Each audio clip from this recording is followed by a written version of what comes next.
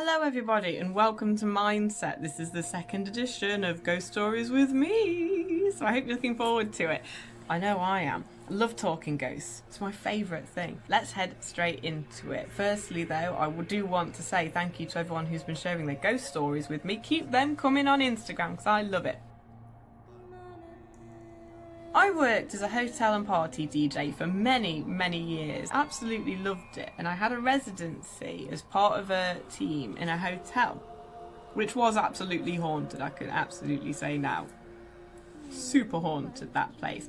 And there were all sorts of accounts coming from guests all the time. As staff, as much as we were, we got to hear a lot of them. There was this one which will stand out to me forever. The hotel itself was marketed as a 40-bedroom hotel, but there's actually an extra bedroom that they will not, they can't let it out at all. Because every time they do, crazy stuff happened. They now have it as a staff hotel room, but I don't think anybody uses it. But we had couples saying that they felt like people were grabbing their legs in the night, like they couldn't breathe, and the room would go freezing cold, and stuff would start banging around, etc. And the amount of times that the hotel did say, oh, it's an old building, it's creaky or whatever, and that's fine, you can make allowances for that, can't you? I absolutely understand that.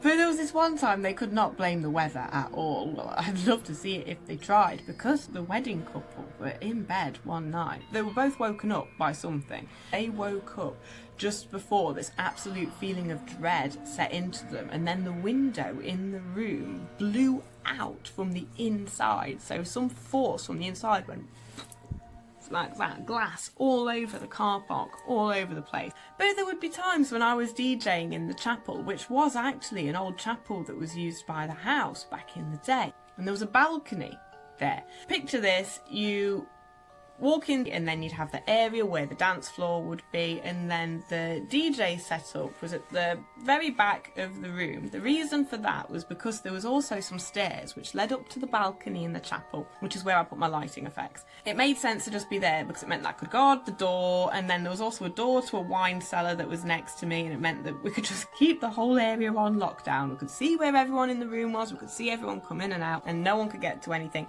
that could cause any damage. There'd be a lot of times when I would hear someone running up the stairs behind me. I could hear it travel up, and I'd be like, who snuck behind here? And the amount of times I've stormed up there in a bit of a mood, ready to kick off at somebody because they shouldn't be up there. I'm sure my insurance would have covered it, but I didn't want to risk it and find out. It was an old building. I didn't want someone falling over a taxidermy head or impaling themselves on the pike, you know, come on, let's be real. Every single time I'd go up there, and there'd be no one there. However, there'd be a few times when I'd go up there and I would think there was somebody there, but it was just a shadow.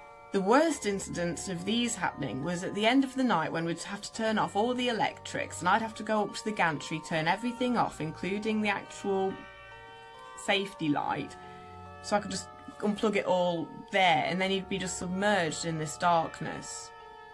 And you absolutely felt like there was someone there. All the time. All the time. There'd be times when you sometimes walk into the chapel and you'd look up and you'd think there was someone up there, whoever it was. There was this one time, thankfully I wasn't DJing there that night because I think this probably could have ended me. The DJ that was in the room, they could hear this banging on the door, and it wasn't the speakers, you know, it wasn't the vibration or anything like that, it was a proper bang on the door, and you stood right next to it. And because the door to the wine cellar was here, and then the stairs, the upstairs were behind, like that.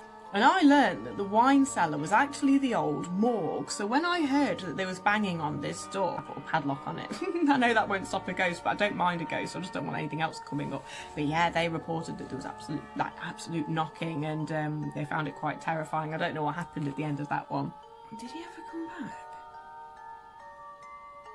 I can't even begin to tell you how many times at that place as well I'd be setting up or packing down, and you know that feeling that you get when you can sense that someone has entered a room? I'd get that, and I'd turn to be like, oh hey, thinking it'd be my sister or a member of staff, and I'd literally turn and be like, and there'd be no one there. That happened so many times. So many times. I can't even say if it was a ghost story or not.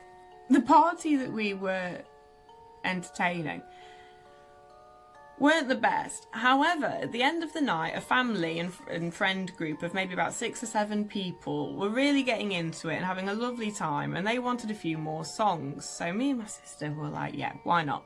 Let's just play them 2 or 3 extra songs, because they have been nice and it's nice to end the night on a positive note. Anyway, we got delayed a little bit because we played for a little bit longer, and we didn't really rush to pack down as much as we usually do. We pack up in about 15 minutes usually, but we took our time.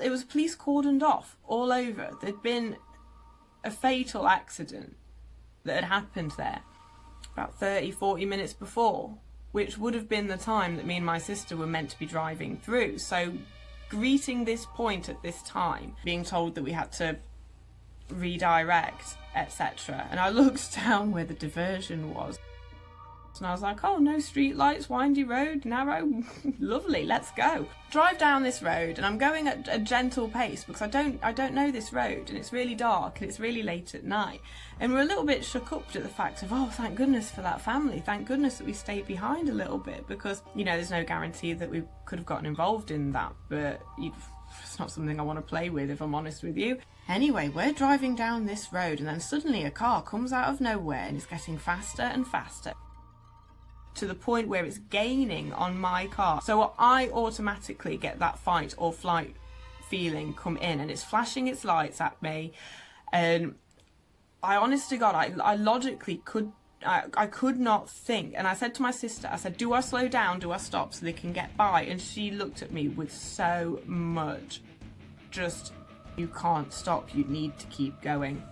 And I was like, I can't see where I'm going, the road is so dark. I've never driven on a road that dark before in my life. Like, I think it might have been the terror of the moment. I was like, is this some sort of urban legend? Is this some sort of myth where the person flashes the lights at you? And I was just there, and the car was getting closer, and my body was preparing for that moment of impact. It was preparing for it, and I was trying not to tense up. I can remember now, and I was there thinking, oh my God, I'm driving the car. I'm responsible for me and my sister here. What the hell is happening? And then suddenly, the car gets closer and closer and closer, and it just veers off. But I don't know where it veered off into, and even my sister can account for this, because there was not an opening to the forest there at all. It was completely thick with trees, and the car, as quickly as it arrived, it'd gone. It absolutely just gone. And then, like, literally we get so close to home, and some industrial plant or something is obviously burning something, because there's just these like intermittent fires in the sky, and I'm there just thinking to myself, what has happened? I have no idea. But anyway, that is the spooky stories for this week, so I hope that you have enjoyed them. Do keep sending in your stories on Instagram. My details are in the bio below, and if you want to hear anything else, drop a comment just so I know, and I'll keep talking my spooky stories. Yeah, I will. It's my favourite thing. So, look after yourselves out there, everybody. Stay spooky.